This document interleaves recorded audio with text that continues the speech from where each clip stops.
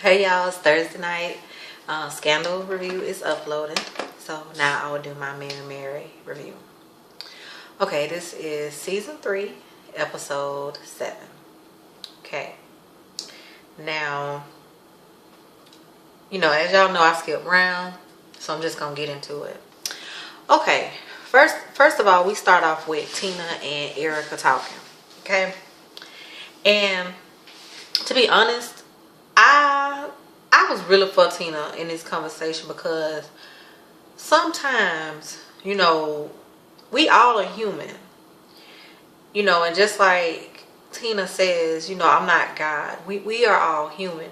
And sometimes, you can be very religious, but everybody is human. Sometimes when you are in the moment of a situation, if it's not even nothing but for a brief second, the human part of you gets in your feelings, okay?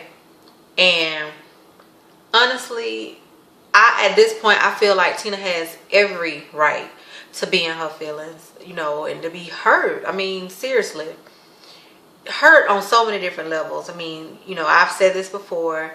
He did not tell her, first of all. Somebody else told her, and he didn't tell her the truth. No, there was a lot more.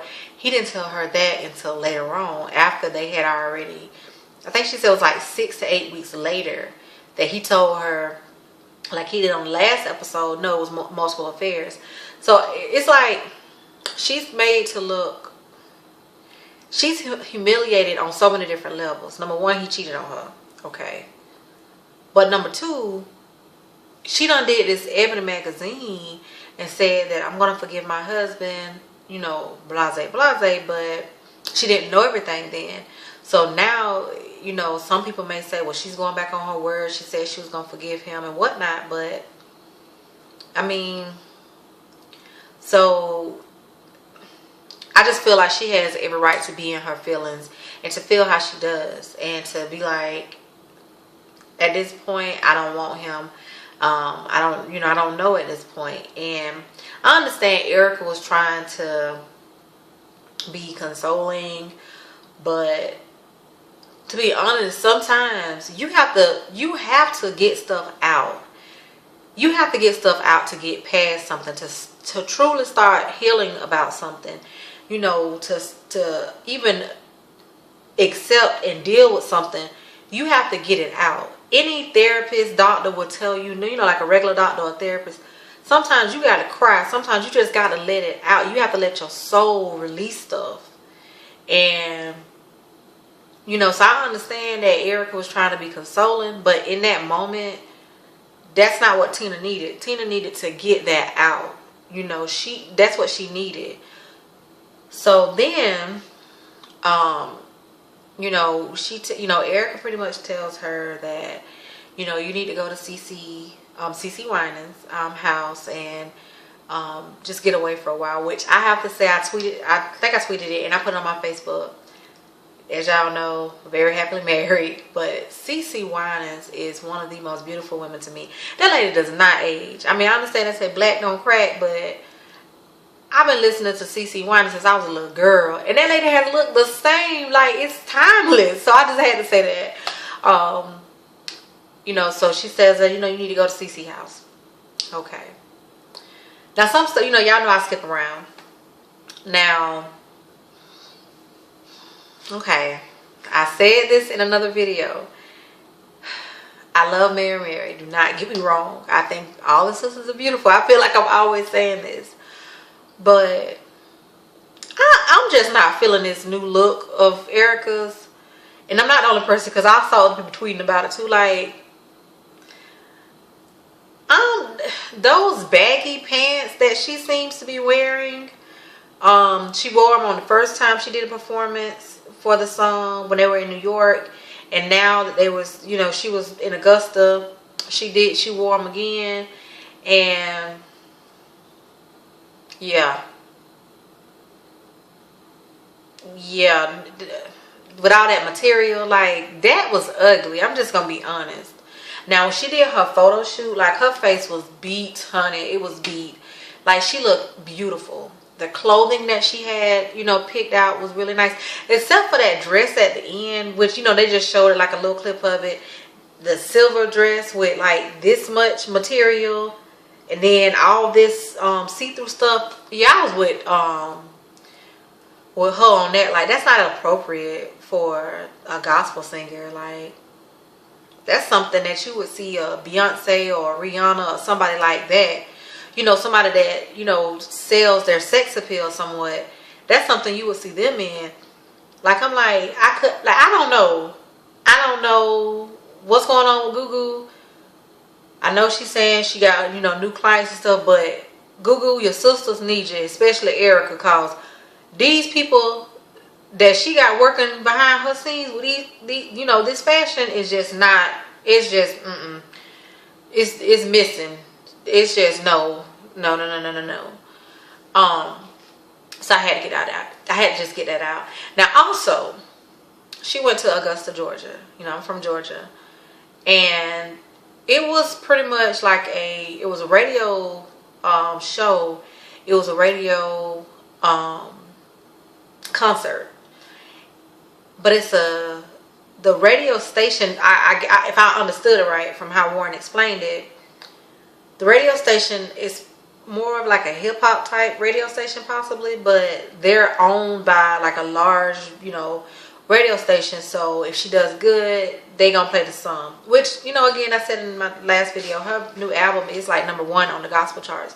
However, and the song is great. However, that was just the wrong crowd. It was, the energy was not there. The crowd, half the crowd wasn't even looking at her. Like, they kept, you know, spanning out to the crowd. Half the crowd really wasn't looking at her. Yeah, it just wasn't. It wasn't a good performance. Like, there was really no interaction with the crowd. Her energy was, you know, off anyways, because she was mad because when they got there, they couldn't find her on the guest list. And they had her in a little old piece of trailer. And, excuse me, and she was pretty much like, well, when I was with Mary, you know, we had more than this, and, you know, blah, blah, blah. Like, we would always get treated better than this, and they would definitely know who we were at the gates and all this his stuff. But Warren was like, well, you starting over by yourself, and you're a solo artist. Well, I'm sorry, but to me, honestly, I didn't see any, you know, luxury trailers or nothing. It looked like she pretty much had what everybody else had, to me, when they, you know, was in the, you know, like back or whatever. Then I guess the radio host, she came in and she was asking about the Ebony magazine, and she was asking about Tina, and Erica was mad, you know, because she's like, well, that's not, you know, I don't really want to talk about that, but she does. Okay, I'm skipping some stuff. I'm gonna save Tina them to the last part. Okay, now we see Mitch, which I haven't looked it up, but I've seen people on Twitter saying something about a lawsuit. I don't know, something like he's suing them or something. I don't know, but I just feel like tonight he handled everything, I feel like, with such grace. I really do, because at the end of the day, as I have said multiple times, I am not always here for Mitch Solaris. I'm not. However, I feel like the situation with the Ebony magazine and all that, he was totally done wrong. No two ways about it. I really do. And I honestly was a little bit thrown off by, you know, Tina and Erica. Once Mitch was like, okay, well, y'all have a good life, and I hope everything y'all do, you know, is successful and blase whoop whoop. And he left. And she was like, well, I want to cry. But I'm like, but this is something y'all been wanting to do. Like, honestly, she was like, well, it's still hard to do. But I'm like, really, y'all had got to the point where y'all was like bump Mitch. So I was kind of sort of not really understanding why they were so emotional, if you will, after they had fired him. Okay. So we get to Tina and Teddy. Okay. They're pretty much at the table, and Tina tells him, I'm leaving. I'm going away. She don't tell him where. We have to assume that she's going to CeCe Winans' house. And she's like, when I come back, I need you to be gone. Because she does say that she's not going to leave her kids without a parent. So he's going to stay with the kids while she's gone. But once she comes back, the general plan is once I come home, you moving out. Okay. Now, he's like, but I'm afraid for the space that it could cause between us. And I really want to work on our marriage.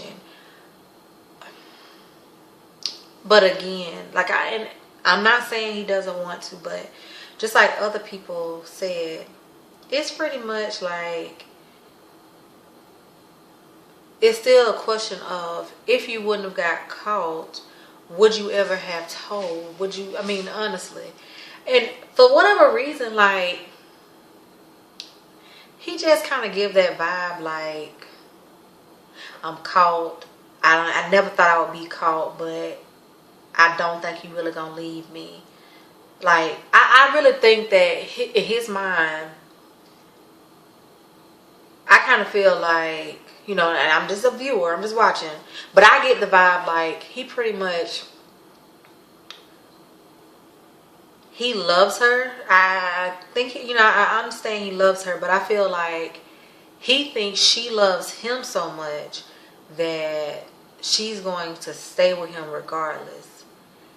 I do. I feel like he thinks, well, she loves me so much, she'll forgive me. Okay.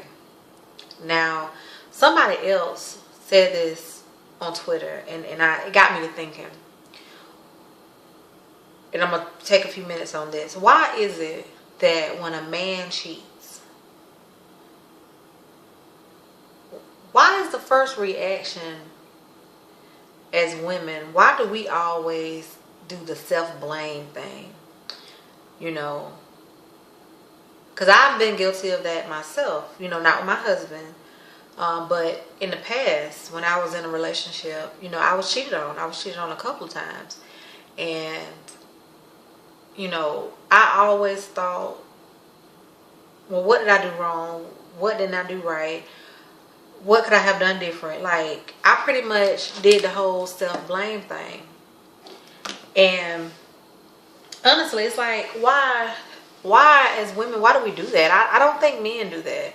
I really don't. I don't think men, automatically say, oh, well, this is my fault. Like, I just don't understand that. Why we as women, why do we automatically, go to the self-blame? Because a lot of ways, that's what she kind of did a little bit. But that's human. That's, I'm not saying there's anything wrong with her doing that. I'm just saying it's, like even with myself, like looking back, why did I do that? Why, when I was cheated on, why did I automatically go to self-blame and question myself? And why didn't I just say, well, he wasn't good enough for me no way. He the one cheated. Like, that's what I'm saying. Like, I'm just, why do we as women automatically do that? Now, personally, I think that her decision to step away, I feel like that's a good decision. Because she said, I'm not being a good mother to my children right now. I'm not good for myself right now. I'm here, but I'm not here. I'm home, but I'm not home. Pretty much saying like, yeah, I'm physically here, but emotionally, I'm drained. I'm not interacting with my kids. Because she said my kids come up to hug me and, because they know something wrong. Like, especially, like, I don't have children yet, but one thing that I could say, what a real mama gonna do. A real mother is gonna put their children, before them. I know me as a wife, I put my husband before me, So for her, so that's what she's been doing. She's been putting everything before her. But at this point, she's looking at like, I need to step back. I need to get me together. And she says, when I come back, I'm going to be a better person. So that's my review, y'all. I think, like I said, I think it was a great decision for her. And I'm ready for next episode. Thank you for watching.